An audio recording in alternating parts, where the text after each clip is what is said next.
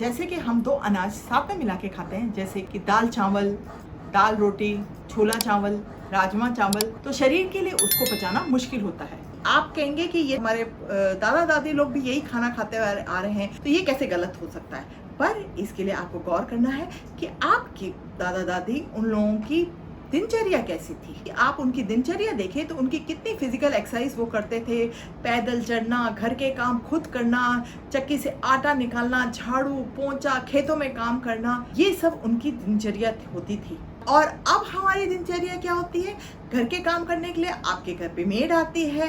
काम के लिए जाने में हम लोग साइकिल का भी नहीं, हम तो कार या स्कूटर से जाते हैं। पैदल तो छोड़ो, साइकिल भी नहीं, कार या स्कूटर का प्रयोग करते हैं। तो हमारी जो फिजिकल एक्टिविटी है वो बहुत कम हो चुकी है। और कभी कभी जब मन नहीं है तो खाना बनाने का, तो बाहर से जोमेटो से, आप स्विगी जोमेटो से खाना मंगवा लेते हो।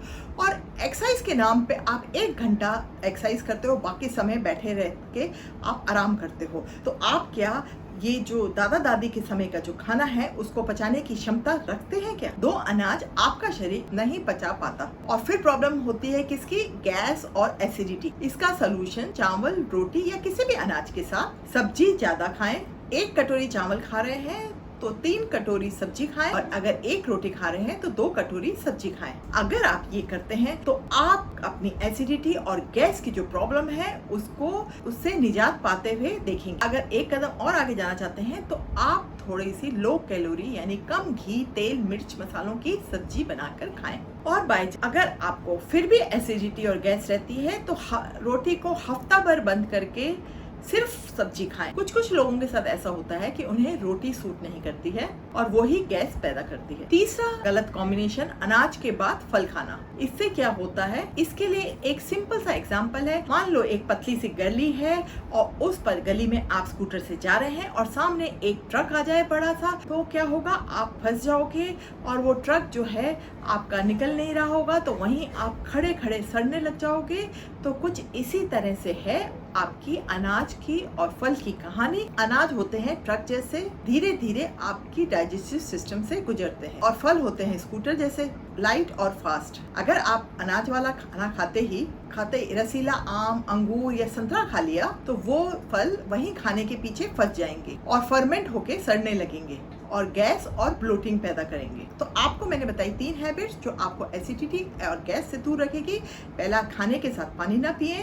पीना है तो 1 घंटा पहले, खाने के 1 घंटा पहले या फिर 2 घंटे बाद पिए। 2 अनाज साथ में ना मिलाएं और अनाज और फलों में दूरी बनाएं। अब मैं आपको बताऊंगी 3 बोनस टिप। पहली टिप है बनाना स्टेम जूस। इसे नाश्ते से 1 घंटा पहले पी लीजिए। तो आपको करना क्या है? जो बनाना है यानी केले का स्टेम है यानी डंठल है, वो आपको किसी भी केले वाले के पास मिल जाएगी, उससे ले लें। केले के जो डंठल है उसके ऊपर का छिलका निकाल के उसको मिक्सी में पानी के साथ डाल के उसका जूस पी लें।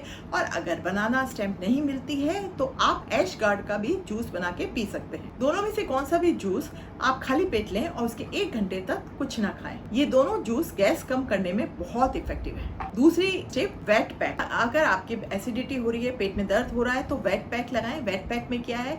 कोई भी आप कपड़ा आप उसको गीला करें और पेट पे उसको बांध लें और 10 से 20 मिनट आप आराम करें, तो उससे भी आपकी एसिडिटी, गैस की प्रॉब्लम से छुटकारा मिलेगा। थर्ड टिप है, आप खाने में हर्ब्स और हरी पत्तियां ज्यादा डालें। नेचुरल हर्ब्स और हरी पत्तियों को एंटी एसिड कहा जाता है और शरीर में बढ़ रहे एसिड को कम करने में बहुत मदद करती है। इनको यूज करने का तरीका ये है, जब आपकी सब्जी बन जाए तो आखिरी में ढेर सारा धनिया डालें और सब्जी की ग्रेवी में करी पत्ता ज्यादा डालें। तो ये थी एसिडिटी से छुटकारा पाने वाले कुछ आपको मैंने बातें बताई। अगर आपने इनको अमल में कर लिया, इनको यूज में लिया, तो आपके एसिडिटी और गैस में बहुत जल्दी निजात पाएंगे आप। और बताइएगा आपको कैसा लगा मेरा वीडियो। चलिए मिलती हूँ कल किसी और वीडियो के साथ। तब तक के लिए राम राम, शपथ है, अपना ध्यान रखिएगा।